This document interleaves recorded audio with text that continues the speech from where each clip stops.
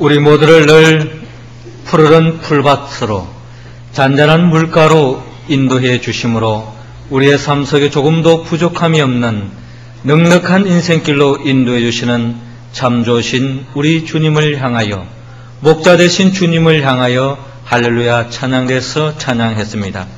찬양의 가사처럼 늘 주님의 인도하심을 따라가므로 더 없는 풍성한 삶, 부족한 없는 인생으로 살아가는 우리 모두가 되기를 주의 이름으로 축원합니다. 우리 옆 사람과 한번 인사 나눕시다. 주님을 따라갑시다. 네, 추운 겨울이 지나고 포근한 봄이 되면은 제 마음속에 늘 떠오르는 하나님의 말씀이 있습니다. 요한복음 12장 24절의 말씀입니다. 내가 진실로 진실로 너희에게 이르노니 한 알의 밀알이 땅에 떨어져 죽지 아니하면 한 알 그대로 있고 죽으면 많은 열매를 맺느니라 라는 말씀입니다. 농부는 추운 겨울을 보내고 그동안 묵었던 땅을 갈아엎고 긴 겨울송에 소중히 품어왔던 종자씨를 땅에다가 뿌립니다. 그 뿌려진 씨앗들이 죽어주기를 소망하고 있습니다. 왜냐하면 한 알의 밀알이 죽어질 때에 거기에 30배, 60배, 100배의 결실을 맺기 때문입니다. 농부의 마음은 단지 죽어지는 밀알을 통하여서 풍성한 열매를 맺기를 그 누구보다도 소망하고 있습니다. 저는 요즘 각 가정을 신방을 하면서 이 중계 대신방 기간에야말로 저는 농부와 같은 신명으로, 씨 뿌리는 농부와 같은 신명으로 가정가정에 말씀을 증거하고 있습니다. 그 모든 축복의 말씀들이 가정 속에 온전히 이루어져서 그 말씀을 통하여서 더 없는 복된 가정이 되기를 저는 소망하고 있습니다. 이 중계 신방을 임하는 제 마음이요 제 소원입니다. 이 봄에 하나님 아버지의 소원이 하나 있다면 그것은 바로 우리 모두가 올해도 죽어지는 한 알의 밀알이 되기를 원합니다. 죽어지는 한 알의 밀알로서의 삶을 살아갈 때에 우리는 하나님의 나라의 복을 경험할 수 있습니다. 생명의 신비를 경험할 수 있습니다. 풍성한 열매를 맺을 수 있습니다. 그렇다면 이 봄에 죽어지는 한 알의 밀알이 된다는 것은 어떤 것입니까? 죽어지는 한 알의 밀알로서의 삶을 살기 위해서 우리는 어떻게 해야 합니까? 하나님은 오늘 본문 31절을 통하여서 예수님을 바라보라고 말씀하십니다. 31절 말씀 우리 다 같이 읽겠습니다. 시작. 인자가 많은 고난을 받고 장로들과 대제사장들과 서기관들에게 버림받아 죽임을 당하고 사흘 만에 살아나야 할 것을 비로소 저희에게 가르치시되. 아멘. 저를 따라하시기 바랍니다. 예수님을 바라봅시다. 우리가 바라보아야 할 예수님은 어떤 분입니까? 예수님은 오늘의 말씀에 비추어서 고난받는 주님을 바라볼 수 있습니다. 예수님은 앞으로 많은 고난을 받고 장로들과 대제사장들과 서기관들에게 버림받고 죽임을 당하고 사흘 만에 살아나야 할 것을 제자들에게 비로소 가르치고 계십니다. 예수님께서 제자들에게 이 말씀을 가르치기 전에 주님께서 제자들에게 질문합니다. 너희들은 나를 누구라 하느냐? 그 전에 사람들은 나를 누구라 하느냐? 더 중요한 것은 너희들은 나를 누구라 하느냐라고 질문하고 있습니다.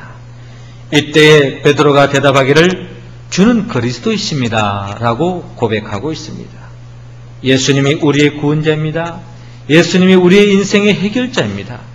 이 역사의 모든 악순환으로부터 구원하실 분은 오직 예수 그리스도입니다 라는 고백을 드립니다.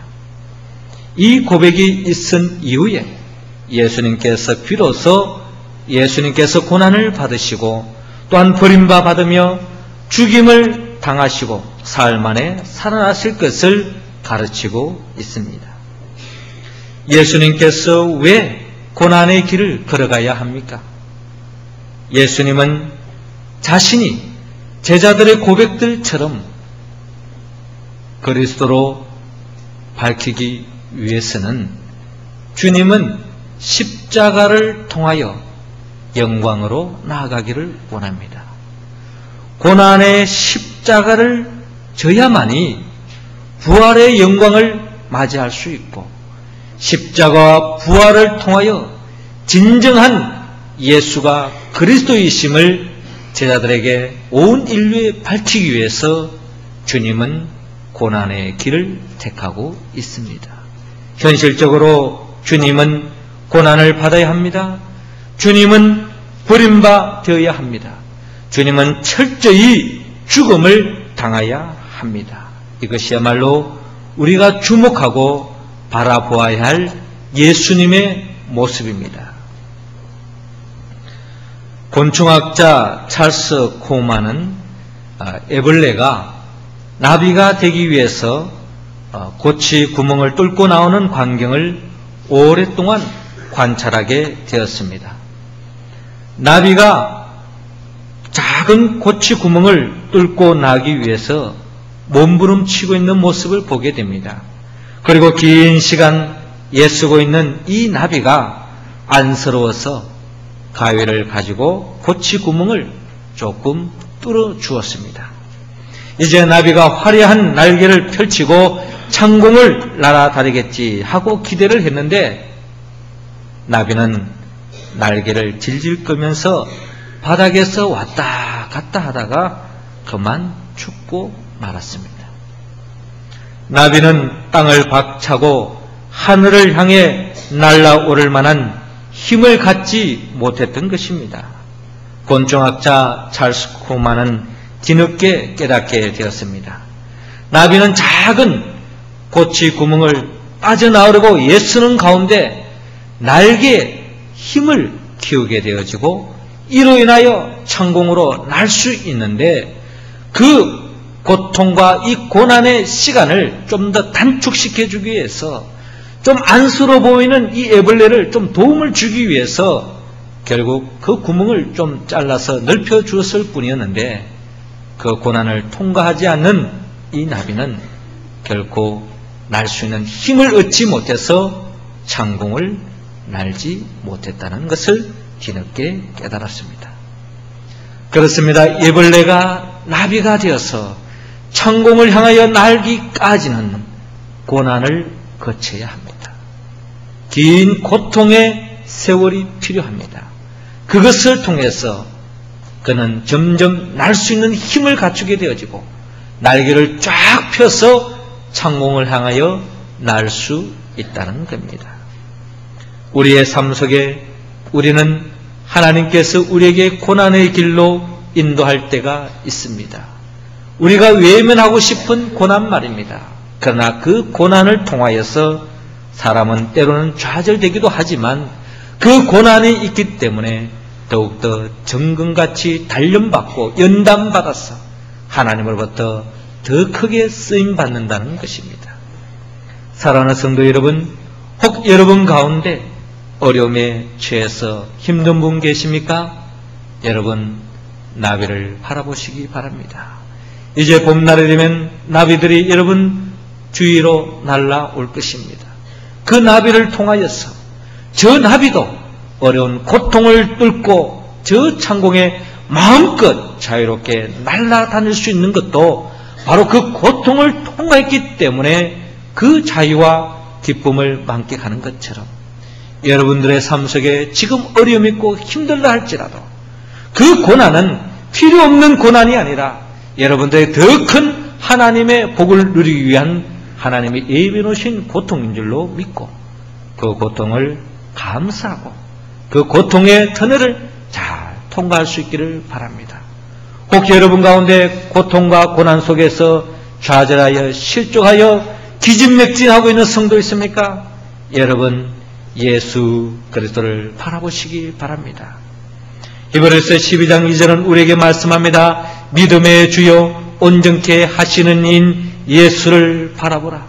저는 그 앞에 있는 즐거움을 위하여 십자가를 참으사 부끄러움을 개의치 아니하시더니 하나님 보좌 우편에 앉으셨느니라 라고 말씀하고 있습니다.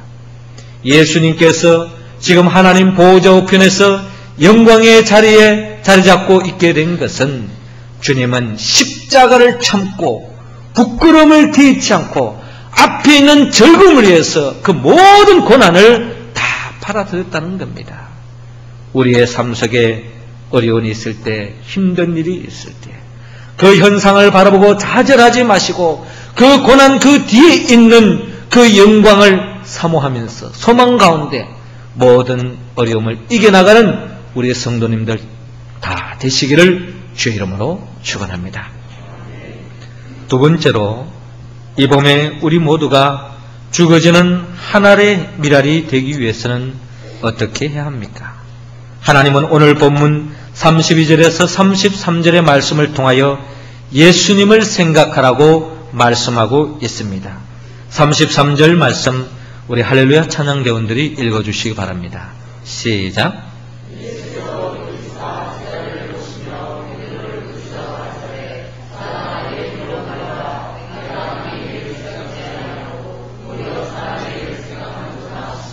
아멘.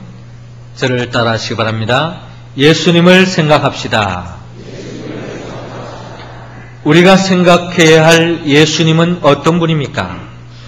예수님은 사람의 일보다는 하나님의 일을 먼저 생각하는 분입니다.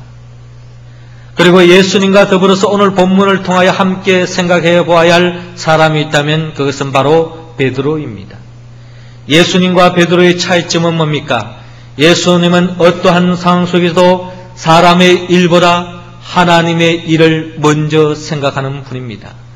그런데 베드로는 대조적으로 하나님의 일보다는 사람의 일만 먼저 생각하는 사람입니다. 이것이 바로 베드로의 모습입니다. 베드로는 예수님을 향하여 주는 그리스도라고 고백하면서도 주님의 뜻보다는 자기의 뜻을 매 순간마다 앞세우고 있습니다. 베드로는 예수님을 통하여 세상의 부귀영화를 누리고 싶었던 것 같습니다. 자신의 욕망을 채우기 위해서 주님을 이용하고 있습니다.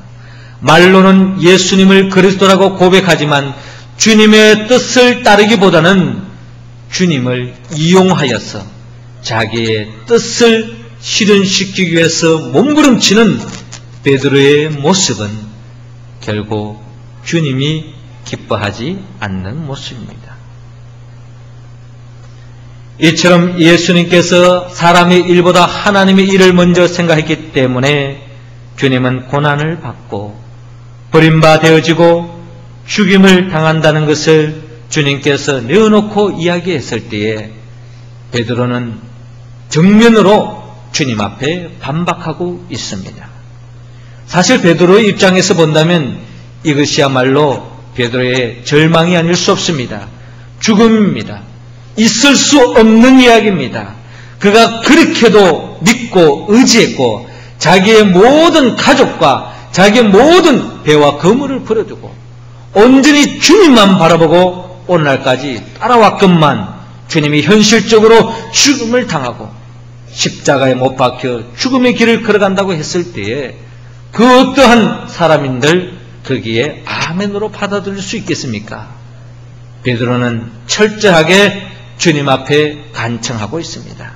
이 말은 오늘 본문의 말씀은 주님 앞에 간청하고 있는데 붙들고 주님을 반박하고 있습니다. 한마디로 주님을 되어들고 있다는 것입니다. 이때 예수님은 베드로를 향하여 책망하고 계십니다. 사단아, 내 뒤로 물러가라. 내가 하나님의 일을 생각지 아니하고 도리어 사람의 일을 생각하는도다 라고 책망하고 있습니다. 그리스 신화에 프로크로스테스라고 침대라고 하는 이야기가 있습니다. 이 프로크로스테스라고 하는 이 강도가 있는데, 이 사람은 어느 날 아테네로 가는 길목에서 자기의 철침대를 내어놔놓고 그곳을 지나가는 사람마다 모조리 잡아서 그 철침대에 눕힙니다.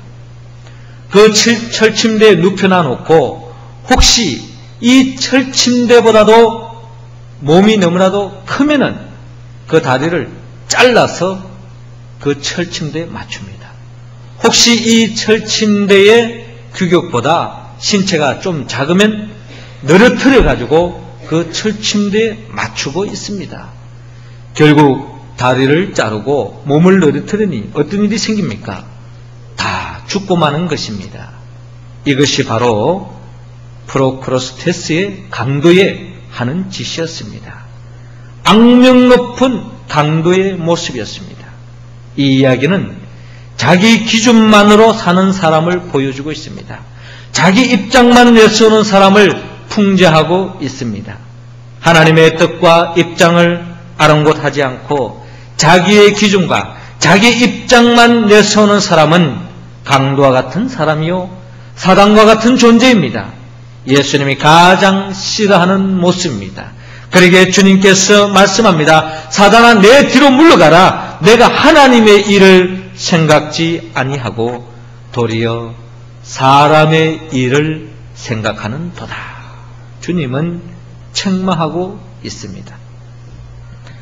창세기 4장에 보면 우리는 두 사람을 만날 수 있는데 그 사람은 바로 가인이요 아벨입니다. 하나님은 가인의 제사는 받지 않으시고 아벨의 제사를 받습니다. 똑같이 하나님을 섬기는 것 같습니다. 하나님께 예배를 드리는 것 같습니다. 왜 그런데 하나님은 가인의 제사를 받지 않으시고 아벨의 제사를 받으실까요? 가인은 철저하게 자기 기준대로 자기의 입장에 따라서 예배를 드리고 있습니다. 그러나 아벨은 자기의 입장, 자기 기준보다는 하나님의 입장을 생각하고 하나님의 기뻐하는 제사를 드렸기 때문에 하나님은 아벨의 제사를 받아주신 것입니다. 그러나 가인은 이를 대적합니다. 하나님 앞에 대어듭니다. 결국 사랑하는 동생을 죽임을 통하여서 불행한 살인자의 길을, 마귀의 길을 걸어가는 것을 바라봅니다. 그러므로 우리는 매 순간순간마다 내 입장을 헤아리기에 앞서서 주님의 입장을 먼저 생각해야 합니다. 주님의 입장을 생각하는 것이 때로는 손해볼 때도 있습니다. 때로는 자존심을 구게 할 때도 있습니다. 그러나 내 입장만을 고수할 때는 불행해질 수밖에 없습니다. 매 순간순간 그러기에 우리는 예수님을 생각해야 합니다. 예수님은 겟세마네 동산에서 그가 기도한 바대로 아버지여, 아버지께는 모든 것이 가능하오니 이 잔을 내게서 옮기옵소서. 그러나 나의 원대로 마옵시고 아버지의 원대로 하옵소서. 우리는 매 순간순간 기도해야 합니다. 주님을 생각해야 됩니다. 주님과 같이 나의 원대로 마옵시고 아버지의 원대로 하옵소서. 이것이 진정한 우리의 기도가 되어야 할 것이며 우리의 고백이 되어야 할 것이며 우리의 신앙이 되어야 될 줄로 믿습니다. 우리 한 사람 한 사람이 나의 원대로 마옵시고 아버지의 원대로 할 때에, 즉 죽어지는 한 알이 미랄이 될 때에 진정한 우리의 삶 속에 30배, 60배, 100배의 결실을 맺는 풍성한 삶으로 나아갈 줄로 믿습니다. 이 복을 만끽하는 여러분 다 되시기를 주의 이름으로 축원합니다. 세 번째로 이 봄에 우리 모두가 죽어지는 한 알의 미랄이 되기 위해서 어떻게 해야 합니까? 하나님은 오늘 본문 34절에서 38절을 통하여 예수님을 따라가라고 말씀하고 있습니다. 우리 34절 말씀 우리 다 같이 읽겠습니다. 무리와 제자들을 불러 이르시되 아무든지 나를 따라오거든 자기를 부인하고 자기 십자가를 지고 나를 쫓을 것이니라. 아멘. 저를 따라하시기 바랍니다. 예수님을 따라갑시다. 우리가 따라가야 할 예수님은 어떤 분입니까? 예수님은 무리와 제자들에게 말씀하십니다. 아무든지 나를 따라오려거든 자기를 부인하고 자기 십자가를 지고 나를 쫓을 것이니라. 예수님은 우리 모두가 자기를 부인하고 자기 십자가를 지고 주님을 따라오기를 원합니다. 자기를 부인하고 자기 십자가를 진다는 뜻은 자기의 뜻을 죽이고 철저히 매 순간순간마다 예수님의 뜻을 따라간다는 뜻입니다. 신앙 성숙에는 몇 단계가 있습니다. 첫 단계는 자기의 뜻대로 되면 예수님을 믿습니다. 그러나 자기의 뜻대로 되지 않으면 예수님을 믿다가도 믿지 않습니다. 초신자의 신앙 속에서 많이 볼 수 있는 내용입니다. 이러한 단계는 예수님을 믿는 단계라기보다는 오히려 자기를 믿는 단계입니다. 초신자의 모습이죠. 두 번째 단계는 자기 뜻도 믿고 예수님의 뜻도 믿는 단계입니다. 내 뜻이 이루어지면 좋고 안 이루어져도 괜찮습니다. 더 나아가 예수님의 뜻도 이루어져도 되고 예수님의 뜻도 이루어지지 않아도 됩니다. 이러한 단계는 자기도 믿고 예수님을 믿는 단계입니다. 이런 경우에 자기의 뜻과 예수님의 뜻이 일치하지 않으면 이런 사람은 예수님의 뜻을 저버리고 자기의 뜻을 앞세우고 자기의 뜻을 따라 살아가는 사람입니다. 주님이 원치 않는 신앙의 모습입니다. 세 번째 단계는 자기의 뜻보다 언제나 예수님의 뜻을 따르는 사람입니다. 자기의 뜻이 예수님의 뜻과 일치하지 않을 때에 자기의 뜻을 포기하고 예수님의 뜻을 따르는 사람입니다. 이러한 사람이 성숙한 신앙인입니다. 이러한 사람은 처음 보기에는 잘못된 것 같아도 결국에는 예수님이 좋은 길로 인도해 주십니다. 그러므로 우리는 언제나 내가 계획한 뜻이 예수님의 뜻인지 물어보아야 합니다. 그래서 내가 세운 뜻이 예수님의 뜻이 아니라면 언제든지 내 뜻을 포기할 수 있는 자세를 가져야 합니다. 이게 바로 세례받은 사람의 특징입니다. 이제 세례 교육이 시작되지 않습니까? 세례받는 사람은 이 결단으로 나아가야 합니다. 여기에 진정한 축복의 길이 있습니다. 이제 예수 믿고 세례받으면 내 마음대로 살 수 없기 때문에 나는 세례받지 않겠습니다. 계속 지연하는 사람이 있습니다. 이 사람은 진정한 천국의 비밀을 알지 못하는 사람입니다. 내 뜻을 죽이고 주의 뜻을 따라갈 때에, 세례를 받을 때에, 세례받은 삶으로 나아갈 때에 진정한 하나님의 축복의 길로 인도함을 받을 수 있습니다. 19세기에 미국의 사업가 한 사람이 돈을 벌기 위해서 사업을 구상하다가 당시에 술을 만들어 파는 양조장 사업이 잘 된다는 말을 듣고 양조장을 하기로 마음을 먹었습니다. 그는 교회에 다니던 사람인지라 모든 준비를 해놓고 개업 예배를 드리기 위해서 목사님을 부를까 말까 망설이기 시작했습니다. 그는 교회를 다니는 사람이기 때문에 또한 자기 입장을 세워서 이 양조장을 해서 돈을 많이 벌기는 싶은데 혹 이게 뭔가 하나님의 뜻에 거스르지는 않을까 고민을 하게 되었습니다. 그는 결국 자신의 생각을 굳히기로 했습니다. 내가 돈을 많이 벌어서 이 돈을 가지고 하나님께 영광 돌리면 되지 않겠는가 라는 생각을 가지고 그는 자신의 계획을 계속 진행하게 되었고 결국 담임 목사님 무디 목사님을 초청하여서 개업 예배를 드리게 되었습니다.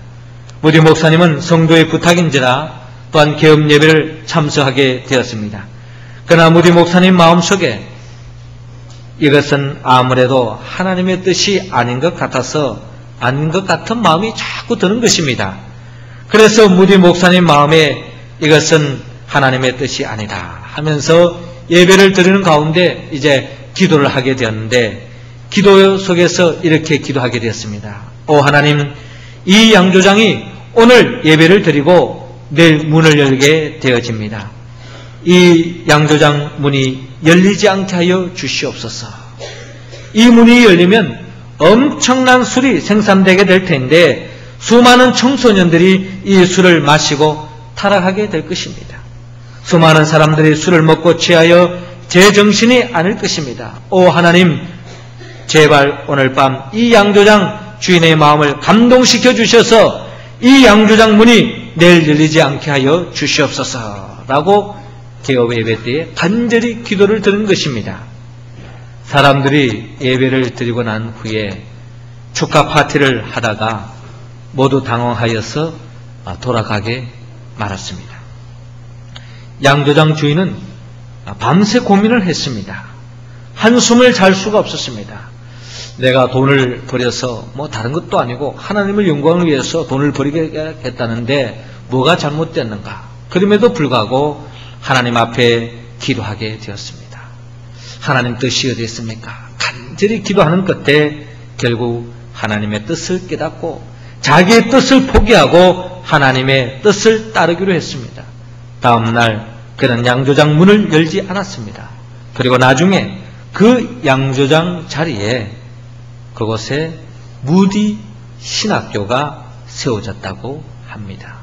신학교가 세워지고 그곳에 많은 주의 종들이 배출되어서 이 땅을 하나님의 나라로 세워가는 것, 이것이 결국 하나님의 뜻이었고 그 뜻에 순종했다는 것입니다. 우리는 처음에 우리의 뜻을 이루기 위해서 예수님을 믿습니다. 그러나 우리는 한 단계 더 나아가야 합니다. 예수님의 뜻이라면 나의 뜻도 포기하고 예수님의 뜻을 따라 나아가는 성숙한 그리스도인들이 다 되어야 합니다. 내 뜻을 포기하고 예수님의 뜻을 따라가는 것이 축복의 길입니다. 당장 내 뜻이 좋아 보여도 시간이 지나면 지나갈수록 예수님의 뜻만이 오직 내 인생의 유일한 축복이라는 것을 믿으시기 바랍니다. 출애굽기 12장에서 22장에 이어지는 아브라함의 일생을 바라다 보면 그는 결국 하나님께서 약속하신 것처럼 그는 복의 근원이 되었고 하늘의 별과 같이 바닷가의 모래알 같은 많은 생명을 잉태케 해주는 놀라운 축복을 받게 된 것은 그는 전적으로 자신의 뜻을 접고 주님의 뜻을 따라 나아갔기 때문입니다.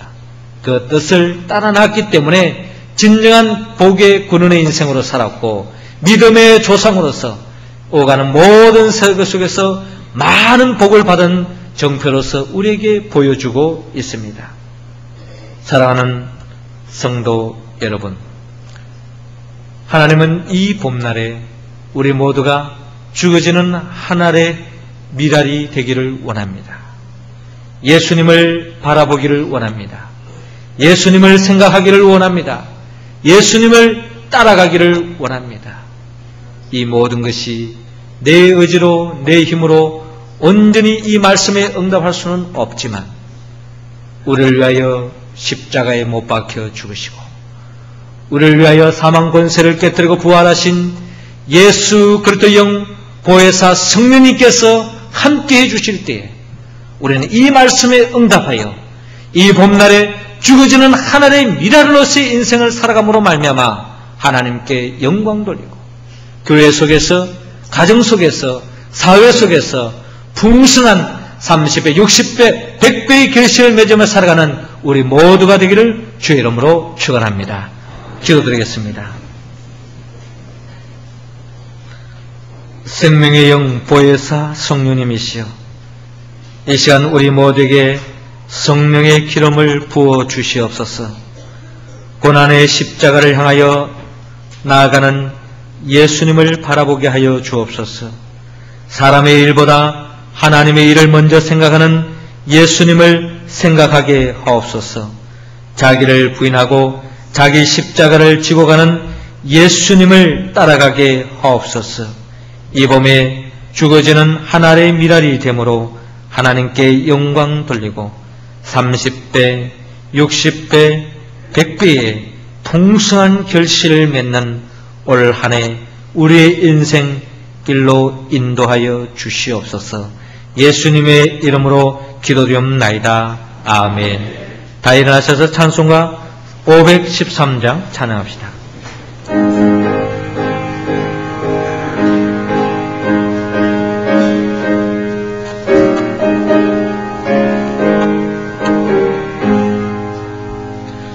너의 마음에 슬픔이 가득 차도 주가 즐겁게 하시리라.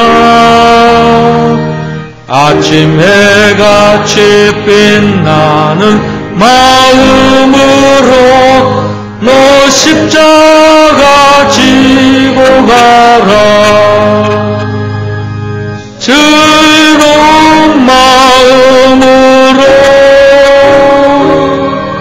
십자가 지고 가라. 내가 기쁘게 십자가 지고 가면 슬픈 마음이 위로받네.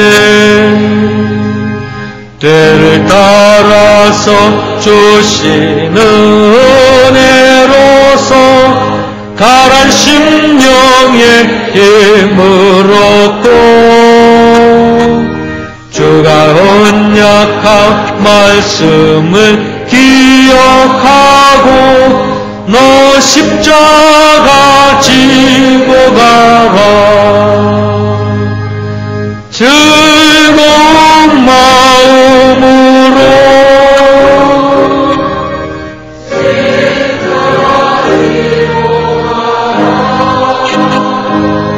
내가 기쁘게 십자가 지고 가며 슬픈 마음이 위로받네. 내가 맡은 일 성실히 행할 때에 상황 앞에서 상 받으리. 주가 베푸신 은혜를 감사하며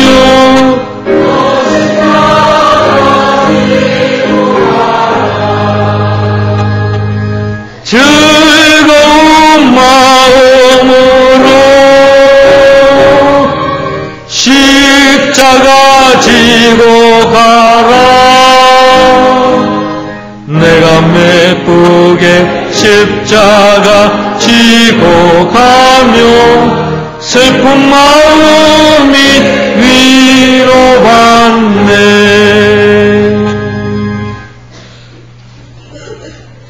이제는 죽어지는 한 알의 미랄이 되어서 이 땅에 많은 생명을 주님께로 인도해 주신 우리 주 예수 그리스도의 은혜와 하나님 아버지의 그 크신 사랑하심과 성령님의 교통하심이 이 봄에 죽어지는 한 알의 미랄이 되기 위하여 주님을 바라보고 주님을 생각하고 주님이 걸으셨던 그 십자가의 길 따라가기 원하는 사랑하는 모든 성도들의 머리 위에와 섬기는 가정과 직장과 교회와 주님의 몸된 교회 위에 그리고 십자가를 지고 고난을 당하는 그 삶의 한복판 위에 지금부터 영원토록 함께 하시옵기를 간절히 축원하옵나이다. 아멘.